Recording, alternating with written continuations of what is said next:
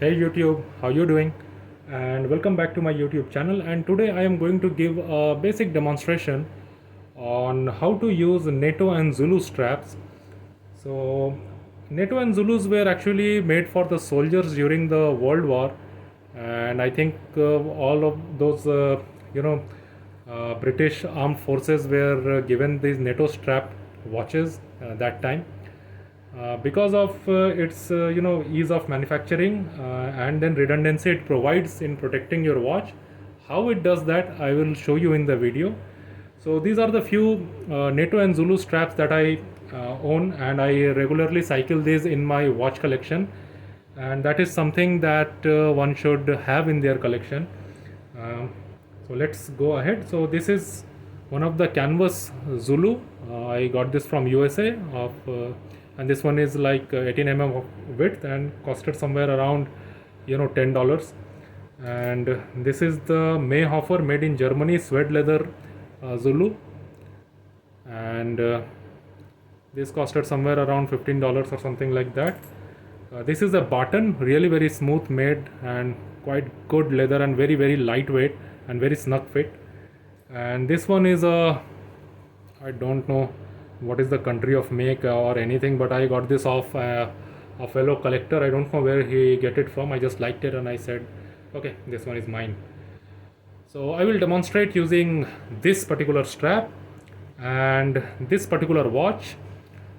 So being an HMT watch collector, I always use HMTs for my demo, and because of their rugged and everything, and you already know it from my YouTube channel. So let's not waste time and let's go ahead.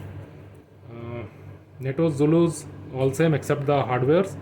The two loop and two layers. This is the upper layer. This is the lower layer. These are the wire hardware on the Zulu, folded wire hardware on the Zulu. So let's go to the very first and basic configuration that we all know already, that you take the Zulu, take the upper layer, engage it like this, it goes here, another one, it comes here, and then you take it like this, right? The first configuration, that is the most common configuration, very simple and most widely used. So let's adjust it a little bit, and now I am going to put it on and then I will explain it to you how this functions. So I just put this on like this, and I have just engaged it with the buckle here. I will simply put this on.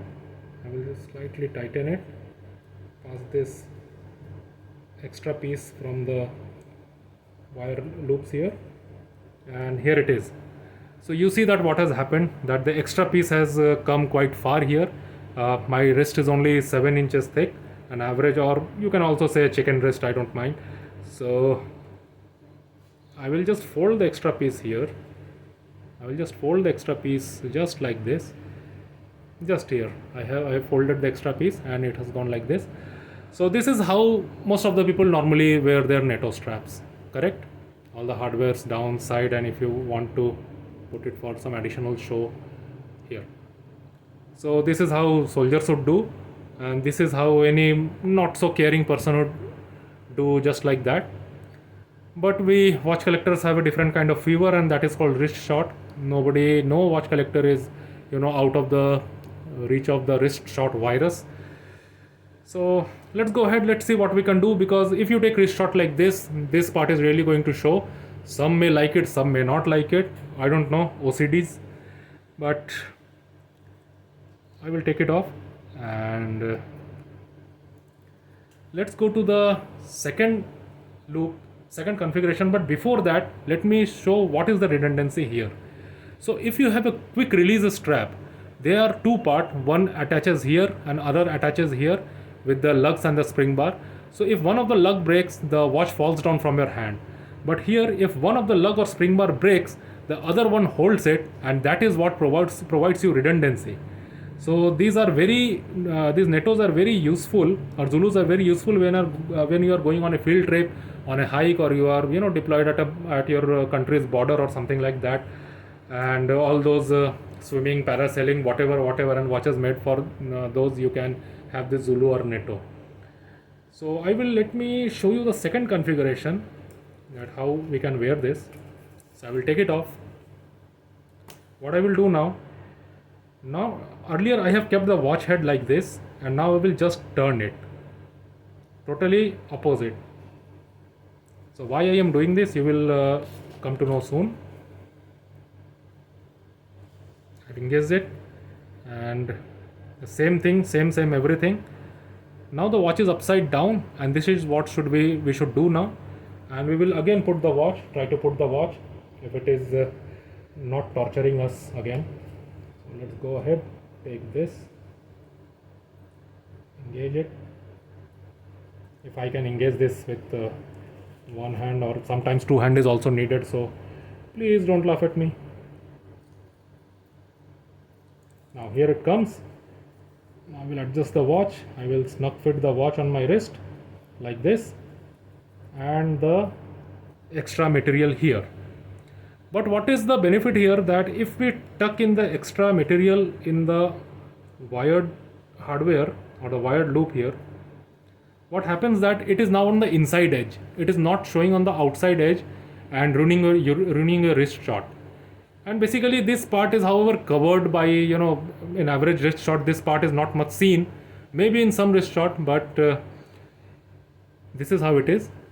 This part is totally clear, and it is not showing from the outside, it is only in the inside, so it is quite hidden when you are wearing out on your left wrist. So this is the second thing that you can do. Same redundancy, because if the buckle breaks here, instead of lugs, the buckle breaks, the watch may fall out from your wrist. But in the third case, we are going to add one more redundancy, and let me show you how we can achieve that. This is the watch, this is the strap, and what we will do, that we will again put it reverse like this, or take it inside, like just like this. Now we are going to adjust it. Again, a little bit of adjustment is needed, and some more adjustment is needed, I suppose, and adjust it until this lower layer loop reaches the half of the watch, just like this. This should be the measurement. A slight more, I suppose, and it is, yes.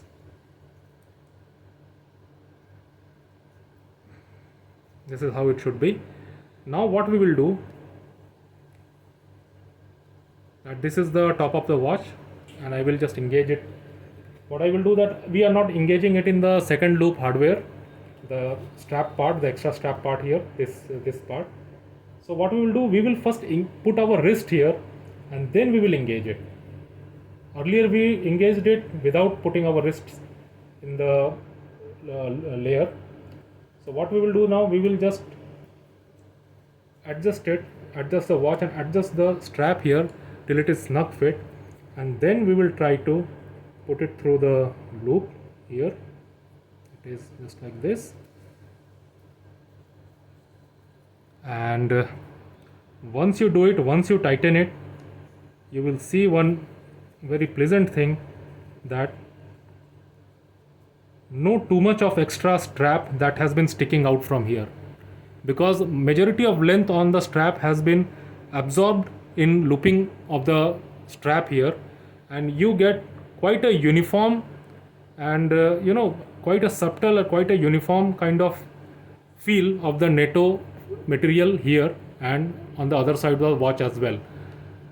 So you are not letting the extra strap piece that is sticking out from here ruin your wrist shot, because it is totally hidden under your wrist, and that is how it is. And as I was talking about the redundancy, one more thing here, that the inside loop protects, in case of the buckle breaks, the inside loop protects it, and the watch will not easily fall down from your hands. So these were the three configurations of the Netos and Zulus, whatever you call it. So thanks for watching the video. Do like, share and subscribe, and stay safe during the pandemic. You have your watches to spend your time with, experiment with them, photograph them, use different strap configurations, but please stay safe and have a lovely day ahead.